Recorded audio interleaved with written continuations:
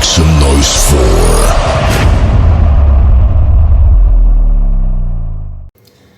Hello ನಮಸ್ತೆ, ನಾನು ನಿಮ್ಮ ರವಿ ಗುಳೇದ್. ಮತ್ತೊಂದು ಹೊಸ ವಿಡಿಯೋಗೆ ಸ್ವಾಗತ ಸುಸ್ವಾಗತ. ಹೌದು, ನಾನು ಇವತ್ತು ಮನೆಯಲ್ಲಿದ್ದೀನಿ. ಮನೆಯಿಂದ ಈ ವಿಡಿಯೋನ ಸ್ಟಾರ್ಟ್ ಮಾಡಿದ್ದೀನಿ. ಇವತ್ತು ನಾನಿಲ್ಲಿ ಹೊರಡ್ತೀನಿ. ಇವತ್ತು ಸಂಡೇ, ಮಾರ್ಚ್ 2, 2025.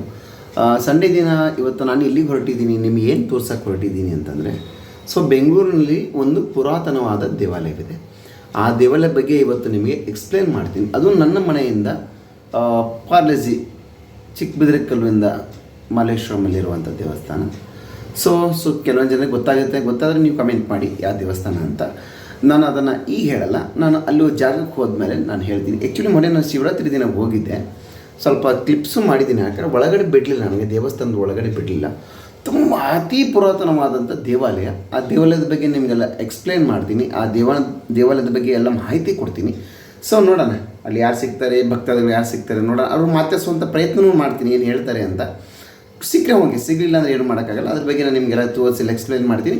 ಆದರೆ ನಂದು ಏನು ಅಂದರೆ, ನನ್ನ ವಿಡಿಯೋನ ಸಬ್ಸ್ಕ್ರೈಬ್ ಮಾಡ್ತಾಯಿಲ್ಲ, ಸಬ್ಸ್ಕ್ರೈಬ್ ಮಾಡಿ, ಶೇರ್ ಮಾಡಿ, ಲೈಕ್ಸ್ ಕೊಡಿ, ಕಮೆಂಟ್ ಮಾಡಿ. ನಾನು ಹೇಳ್ತೀನಿ, ಕಮೆಂಟ್ ಬಾಕ್ಸ್ ಓಪನ್ ಇದೆ ನಿಮ್ಮ ಸಲುವಾಗಿ. ಕಮೆಂಟ್ ಮಾಡಿ, ನಿಮ್ಗೆ ಏನು ಅನಿಸುತ್ತೋ.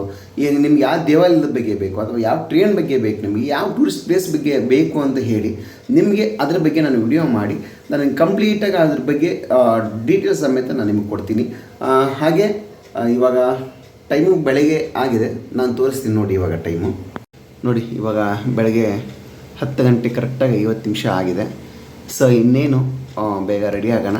ರೆಡಿ ಆಗಿಬಿಟ್ಟು, ರೆಡಿಯಾಗಿಲ್ಲ ನಾನು, ಫ್ರೆಶ್ ರೆಡಿಯಾಗಿ ಸ್ನಾನ ಮಾಡಿಕೊಂಡು ಇಲ್ಲಿಂದ ಮಲ್ಲೇಶ್ವರಂ ಕಡೆ, ನಮ್ಮ ಪಯಣ ಮಲ್ಲೇಶ್ವರಂ ಕಡೆಗೆ ಬನ್ನಿ. ನಾನು ನಿಮಗೆ BMTC ಬಸ್ಸು ತೋರಿಸೋಕ್ಕೆ ಪ್ರಯತ್ನ ಪಡ್ತೀನಿ. ಇವತ್ತು BMTC ಬಸ್ಸಲ್ಲಿ ಹೆಂಗೆ ಹೋಗ್ತೀನಿ ಅದನ್ನೆಲ್ಲ ನಾನು ತೋರಿಸ್ತೀನಿ. ಇವತ್ತು BMTC ಬಸ್ಸಿಂದನೂ ಒಂದು ವಿಡಿಯೋ ಮಾಡ್ತೀನಿ. ಬರೀ ಹೋಗೋಣ. ನಿಮಗೆ ನಾನು BMTC ಬಸ್ ಸ್ಟಾಪಲ್ಲಿ ಸಿಗ್ತೀನಿ. ಹೇಗೆ ರೆಡಿಯಾಗಿದ್ದೀನಿ ಹೇಳಿ. ಇದು ನನ್ನ ದೇವಸ್ಥಾನಕ್ಕೆ ಹೋಗ್ತಾ ಇರೋದು, ಇವತ್ತಿನ ಔಟ್ಫಿಟ್ ಇದು.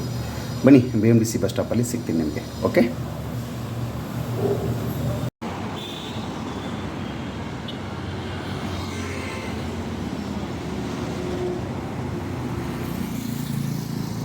ಓಕೆ. ನನ್ನ ಮನೆಯಿಂದ ಈಗ ನಮ್ಮ ಪಾರ್ಲೆಜಿ ಫ್ಯಾಕ್ಟ್ರಿ ಬಸ್ ಸ್ಟಾಪಿಗೆ ಬಂದಾಯಿತು. ಸುಮಾರು ಹೊತ್ತು ನಿಂತ್ಕೊಂಡೆ, ಯಾವ ಬಸ್ಗಳು ಬರಲಿಲ್ಲ.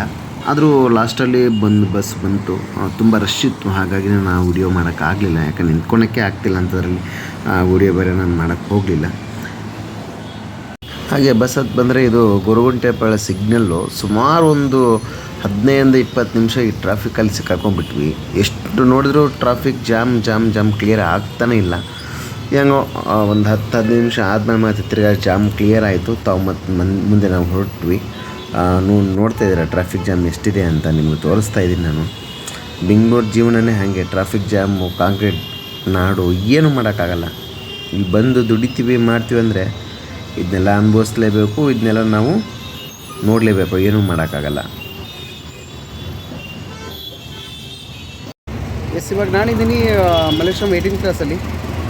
ಬನ್ನಿ, ನಿಮಗೆ ಎಲ್ಲಿ ಹೋಗ್ತೀನಿ ಅನ್ನೋದು ತೋರಿಸ್ತೀನಿ. 200 ಮೀಟರ್ಸ್ ಅಷ್ಟೇ ಬ್ಯಾಲೆನ್ಸ್ ಇರೋದು, ಅಷ್ಟೇ 200 ಮೀಟರ್ಸ್ ಇರೋದು. ಬನ್ನಿ ತೋರಿಸ್ತೀನಿ. ನಾನು ಎಲ್ಲಿಗೆ ಹೋಗ್ತಾ ಇದ್ದೀನಿ ಅಂದರೆ ಈಗ ತೋರಿಸ್ತೀನಿ. ಬನ್ನಿ ಹೊರಡೋಣ. ಹಾಗೆ ನಾನು 18th ಕ್ಲಾಸ್ ಬಸ್ ಸ್ಟಾಪ್ ಇಳ್ಕೊಂಡು, ಹಾಗೆ ಒಳಗಡೆ ಒಂದು ಗ್ರೌಂಡ್ ಇದೆ ಪಕ್ಕ. ಇದ್ರ ಪಕ್ಕ ಒಂದು ಗೌರ್ಮೆಂಟ್ ಕಾಲೇಜ್ ಇದೆ. ಆ ಕಾಲೇಜ್ ಒಳಗಡೆ ಏನು ಪ್ಯಾಸೇಜ್ ಇದೆ, ಅದ್ರ ಮುಖಾಂತರ ನಾನು ನಡ್ಕೊಂಡು ಹೋಗ್ತಾಯಿದ್ದೀನಿ. ನೋಡ್ತಾ ಇದ್ದು ಇಷ್ಟೊಂದು ಗಿಡಗಳಿದ್ದಾವೆ, ಮರಗಳಿದ್ದಾವೆ. ಆದರೂ ಈ ಜಾಗ, ಈ ಮಲ್ಲೇಶ್ವರಂ ಜಾಗ ಮುಂಚೆ ಕಾಡಾಗಿತ್ತು. ಇವಾಗ ಕಾಂಕ್ರೀಟ್ ನಾಡಾಗಿದೆ. ಕಾಡು ಹೋಗ್ಬಿಟ್ಟು ಇವಾಗ ಕಾಂಕ್ರೀಟ್ ನಾಡಾಗಿದೆ. ಅದ್ರ ಬಗ್ಗೆ ನಿಮಗೊಂದು ಸ್ವಲ್ಪ ಎಕ್ಸ್ಕ್ಲೂಸಿವ್ ಮಾಹಿತಿ ಕೊಡ್ತೀನಿ. ಆ ದೇವಸ್ಥಾನ ತೋರಿಸ್ತೀನಿ. ಬನ್ನಿ, ಇವತ್ತು ದೇವಸ್ಥಾನ ಹತ್ತಿರದೀವಿ, ಹೋಗೋಣ. ನೋಡ್ತಾ ಇದೆ ಮಲ್ಲೇಶ್ವರಂನಲ್ಲಿರುವಂಥ ಕಾಡು ಮಲ್ಲಿಕಾರ್ಜುನ ದೇವಸ್ಥಾನ. ಕಾಡು ಮಲ್ಲಿಕಾರ್ಜುನ ದೇವಸ್ಥಾನ ಅಂತೇಳಿ. ಈ ದೇವಸ್ಥಾನ ಬಂದ್ಬಿಟ್ಟು ಕರ್ನಾಟಕ ಧಾರ್ಮಿಕ ದತ್ತಿ ಇಲಾಖೆ, ಅಂದರೆ ಮುಜರಾಯಿ ಇಲಾಖೆಯಲ್ಲಿ ಇದು ಸೇರುತ್ತೆ. ಇಲ್ಲಿ ಇದೆ ನೋಡಿ, ಕರ್ನಾಟಕ ಸರ್ಕಾರ ಹಿಂದೂ ಧಾರ್ಮಿಕ ದತ್ತಿ ಇಲಾಖೆ, ಕಾಡು ಮಲ್ಲಿಕಾರ್ಜುನ ಸ್ವಾಮಿ ದೇವಸ್ಥಾನ, ಮಲ್ಲೇಶ್ವರಂ, ಬೆಂಗಳೂರು 56003. ಇದು ಮಲ್ಲೇಶ್ವರಂ ಇದು ದೇವಸ್ಥಾನ ಕೂಡ ಬರುತ್ತೆ. ಇದರದ್ದು ಒಂದು ವಿವರಣೆ ತಿಳ್ಕೋಬೇಕು ಅಂತಂದರೆ, ಈ ದೇವಾಲಯ 17ನೇ ಶತಮಾನದ ಅಂದರೆ 1969ರಲ್ಲಿ ಮರಾಠ ರಾಜ ಶಿವಾಜಿ ಮಲ ಸಹೋದರ ವೆಂಕೋಜಿ ದ್ರಾವಿಡ ಶೈಲಿಯ ವಾಸ್ತುಶಿಲ್ಪದ ಅಭಿವೃದ್ಧಿಪಡಿಸಿದರು. ಇದನ್ನು ಶಿವಣ್ಣನ್ನು ಮಲ್ಲಿಕಾರ್ಜುನ ಎಂದು ಪೂಜಿಸ್ತಾರೆ. ದೇವಾಲಯದ ಒಂದು ಭಾಗವಾದ ನಂದೀಶ್ವರ ತೀರ್ಥ ದೇವಸ್ಥಾನ ಅಂದರೆ ಬಸವ ತೀರ್ಥ ದೇವಾಲಯದ ಮುಂಭಾಗದಲ್ಲಿದೆ. ಇದು ವೃಷಭಾವತಿ ನದಿಯ ಮುಖ್ಯ ಮೂಲ ಅಥವಾ ಜನ್ಮಸ್ಥಳ ಎಂದು ಹೇಳಲಾಗುತ್ತದೆ. ಹಾಗೆ ಒಂದು ಅಲ್ಲಿ ಹಾಕಿದರು, ಈ ದೇವಸ್ಥಾನದಲ್ಲಿ ಪ್ಲಾಸ್ಟಿಕ್ ಬಳಕೆ ನಿಷೇಧಿಸಲಾಗಿದೆ ಆಗಿದೆ ಅಂತ ಹೇಳಿದರು. ನಾವು ಏನೇ ಹಾಕಿದ್ರು, ನಾವು ಏನೇ ಮಾಡಿದ್ರು, ನಾವು ಮನುಷ್ಯರು ಏನು ಮಾಡಬೇಕು ನಾವು ಅದನ್ನು ಮಾಡೇ ಮಾಡ್ತೀವಿ. ಆ್ಯಕ್ಚುಲಿ ನಾನು ಯಾಕೆ ಇದನ್ನು ಒತ್ತಿ ಹೇಳ್ತೇನೆ ಅಂತ ಹೇಳಿದರೆ, ಇದನ್ನು ನೋಡಿ, ನಾವು ಇವಾಗ ಹೇಳ್ದಂಗೆ ನಿಮಗೆ ಇದು ವೃಷಭಾವತಿ ನದಿಯ ಮೂಲ ಅಂದರೆ ಜನ್ಮಸ್ಥಳ. ವೃಷಭಾವತಿ ನದಿ ಅಂದರೆ ಬೆಂಗಳೂರಲ್ಲಿ ಒಂದು ನದಿ ಇತ್ತು, ಆ ನದಿ ನಮ್ಮ ಕಣ್ಣಿಗೆ ಕಾಣಿಸ್ತಲ್ಲ. ಯಾಕೆ ಅಂದರೆ ದೊಡ್ಡ ದೊಡ್ಡ ಬಿಲ್ಡಿಂಗ್ಗಳು, ದೊಡ್ಡ ದೊಡ್ಡ ಕಟ್ಟಡಗಳು ಎಲ್ಲ ಈ ನದಿ ಕೆರೆಯನ್ನು ಆಕ್ರಮಿಸಿಕೊಂಡು, ಎಲ್ಲಿ ನದಿ ಇದೆ, ಎಲ್ಲಿ ಕೆರೆ ಇದೆ, ಎಲ್ಲಿ ಕಾಲುವೆ ಇದೆ ಅಂತ ಗೊತ್ತಾಗ್ತಿಲ್ಲ. ಎಲ್ಲ ಆಕ್ರಮಿಸ್ಕೊಂಡು ಎಲ್ಲ ಮುಚ್ಚಾಕ್ಬಿಟ್ಟು ದೊಡ್ಡ ಬಿಲ್ಡಿಂಗೆಲ್ಲ ಕಟ್ಬಿಟ್ಟು ಇವಾಗ ಜನರಿಗೆ ಅಂತ ನಮ್ಮಂಥವ್ರಿಗೆ ಬೆಂಗಳೂರಲ್ಲಿ ವಾಸಿಸೋರಿಗೆ ಬೇಸಿಗೆ ಕಾಲ ಬಂದರೆ ಕುಡಿಯೋ ನೀರಿಗೂ ಹಾಹಾಕಾರ. ಬೇಸಿಗೆ ಕಾಲ ಬಂದರೆ ಎಲ್ಲಿ ಕುಡಿಯೋ ನೀರು ಸಿಗುತ್ತೆ? ನೀವು ನೋಡ್ತಾಯಿದ್ರಿ ಹೋದ ವರ್ಷ ಎಷ್ಟು ಸಮಸ್ಯೆ ಆಯಿತು ಜನಗಳಿಗೆ. ಇದು ಆ ದೇವಸ್ಥಾನ ಏನು ತೋರಿಸ್ತೀನಿ, ಬೇಗ ಓಪನ್ ಮಾಡಿದ್ರೆ. ಇದಾದಮೇಲೆ ನಾನೊಂದು ಕ್ಲಿಪ್ ಹಾಕಿದ್ದೀನಿ, ನಾನು ಲಾಸ್ಟ್ ಟೈಮ್ ಹೋದಾಗ ನಾನು ತೊಗೊಂಬಂದಿದ್ದ ವಿಡಿಯೋ. ಆ ನಮ್ಮ ನಂದಿ ಇದೆಯಲ್ಲ, ನಂದಿ ಬಾಯಿಯಿಂದ ಲಿಂಗದ ಮೇಲೆ ನೀರು ಬೀಳುತ್ತೆ. ಅದೇ ನೆಕ್ಸ್ಟ್ ಇದಾದಮೇಲೆ ನಾನು ಬರುತ್ತೆ, ಈಗ ನಾನು ತೋರಿಸ್ತೀನಿ ನಿಮಗೆ. ಈಗ ಬಂತು ನೋಡಿ, ಈಗಿದೆ ನಾನು ಹೇಳ್ತಿರೋದು. ಇದನ್ನು ನೀವು ಫ್ರೀ ಇದ್ದಾಗ ಒಂದು ಸಲ ಹೋಗಿ ನೋಡ್ಕೊಂಬನ್ನಿ. ತುಂಬ ಅಂದರೆ ತುಂಬ ಚೆನ್ನಾಗಿದೆ, ನೀವು ಇದನ್ನು ನೋಡಲೇಬೇಕು. ಬೆಂಗಳೂರಲ್ಲಿ ಇಂಥ ದೇವಸ್ಥಾನ ತುಂಬ ಹಳೆಯ ದೇವಸ್ಥಾನ, 17ನೇ ಶತಮಾನದ ದ್ರಾವಿಡ ಶೈಲಿಯಲ್ಲಿ ಕಟ್ಟಿರುವಂಥ ದೇವಸ್ಥಾನ. ಇದು ಇರೋದು ಬೆಂಗಳೂರು ಸಿಟಿ ಒಳಗಡೆ, ಅದು ಮಲ್ಲೇಶ್ವರಮಲ್ಲಿ. ಅದಕ್ಕೆ ನೀವು ಹೋಗಿ ಒಂದು ಸಲ ನೋಡ್ಕೊಂಬನ್ನಿ, ಒಂದು ಸಲ ವಿಸಿಟ್ ಕೊಡಿ. ತುಂಬ ಚೆನ್ನಾಗಿದೆ. ಯಾಕಂದರೆ ನಮ್ಮ ಹಿಂದೂ ಧಾರ್ಮಿಕ ಭಾವನೆಗಳಿಗೆ ನಾವು ಬೆಲೆ ಕೊಡ್ತೀವಿ.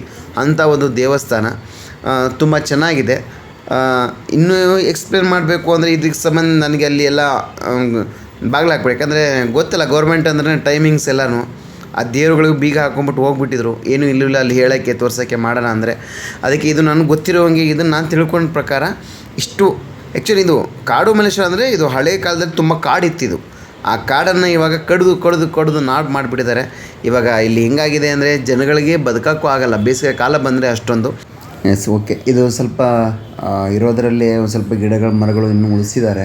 ಆ್ಯಕ್ಚುಲಿ ಇದು ಗೌರ್ಮೆಂಟ್ ಕರ್ನಾಟಕ ಸರ್ಕಾರದ ಅಡಿಯಲ್ಲಿ ಬರೋದರಿಂದ ಇನ್ನೂ ಜಾಸ್ತಿ ಇದನ್ನು ಇಂಪ್ರೂವ್ಮೆಂಟ್ ಮಾಡಬೇಕು. ಇನ್ನೂ ಭಕ್ತಾದಿಗಳು ಜಾಸ್ತಿ ಬರ್ತಾರೆ, ಅವ್ರಿಗೆಲ್ಲರಿಗೂ ಒಂದು ಅನುಕೂಲ ಮಾಡಬೇಕು.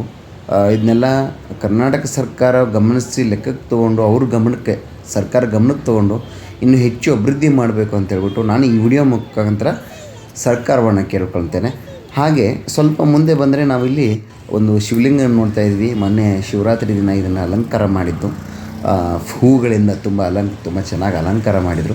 ಹಾಗೆ ಪಕ್ಕದಲ್ಲಿ ನೋಡ್ತಾ ಇದ್ರಿ ಶ್ರೀ ಲಕ್ಷ್ಮೀ ನರಸಿಂಹಸ್ವಾಮಿ ದೇವಸ್ಥಾನ ಅಂತೇಳಿ. ಇದು ಧಾರ್ಮಿಕ ಅತಿಥಿ ಇಲಾಖೆಯಲ್ಲೇ ಬರೋದು, ಅಂದರೆ ಮುಜರಾಯಿ ಇಲಾಖೆಯಲ್ಲೇ ಬರೋದು ಲಕ್ಷ್ಮೀ ನರಸಿಂಹಸ್ವಾಮಿ ದೇವಸ್ಥಾನ ಅಂತ. ತುಂಬ ಚೆನ್ನಾಗಿದೆ. ನೀವು ನನ್ನ ವ್ಯೂವರ್ಸ್ ನೀವೆಲ್ಲರೂ ಒಂದು ಸಲ ಈ ಮಲ್ಲೇಶ್ವರಕ್ಕೆ ಬಂದು ನೀವು ಈ ದೇವಸ್ಥಾನವನ್ನು ಒಂದು ಸಲ ನೀವು ನೋಡಿ, ನೀವು ಇದನ್ನು ಈ ಒಂದು ಎಕ್ಸ್ಪ್ಲೋರ್ ಮಾಡಬೇಕು, ಹೇಗಿದೆ ಏನಿದೆ ಅಂತ. ಹೊರಗಡೆ ಸ್ವಲ್ಪ ಕ್ಲಿಪ್ಸ್ ಹಾಕಿದ್ದೀನಿ. ಎಲ್ಲ ಪಾಪ ಬಡ ವರ್ಗದವರು ಎಲ್ಲ ಅಲ್ಲಿ ಎಲ್ಲ ಅಂಗಡಿಗಳನ್ನ ಹಾಕ್ಕೊಂಡು ವ್ಯಾಪಾರಗಳನ್ನ ಮಾಡ್ತಾಯಿದ್ರು. ತುಂಬ ಚೆನ್ನಾಗಿದೆ. ಅವ್ರಿಗೊಂದು ಇಲ್ಲಿ ಅವ್ರಿಗೇನಾದ್ರು ಒಂದು ಈ ಅಂಗಡಿ ಥರ ಹಾಕಿಬಿಟ್ಟು ಕೊಡಬೇಕು, ಚೆನ್ನಾಗಿರುತ್ತೆ. ಯಾಕೆಂದರೆ ಭಕ್ತಾದಿಗಳು ಬರ್ತಾರೆ, ಎಲ್ಲರಿಗೂ ಅನುಕೂಲ ಆಗಲಿ ಅಂಥೇಳಿ. ಸೊ ಎಲ್ಲ ಕ್ಲೋಸ್ ಆಗಿತ್ತು, ಏನೂ ಮಾಡೋಕ್ಕಾಗ್ತಿಲ್ಲ. ನಾನು ಅದನ್ನೆಲ್ಲ ನೋಡಿಕೊಂಡು ಮತ್ತು ಹಾಗೆ ನಾನು ಸ್ವಲ್ಪ ಇದು ತಳಗಡೆ ನಾನು ತಿರ್ಗಾ ಮೇಲುಗಡೆ ಬರಬೇಕು. ಅಲ್ಲಿ ನೀವು ನಮ್ಮ ಮಂತ್ರಿ ಸ್ಕ್ವೇರಿಂದ ಬರ್ತೀವಲ್ಲ, ಆ ರೋಡಲ್ಲಿ ದೇವಸ್ಥಾನದ ಹಿಂದಿನ ಭಾಗ ಬರುತ್ತೆ. ಸೊ ನಾನು ಮತ್ತೆ ಬಂದೆ, ಈಗ ಮೇಲುಗಡೆ ಬಂದು ನಾನು ಬಸ್ಸಿಗೋಸ್ಕರ ಕಾಯ್ತಾ ಇದ್ದೀನಿ.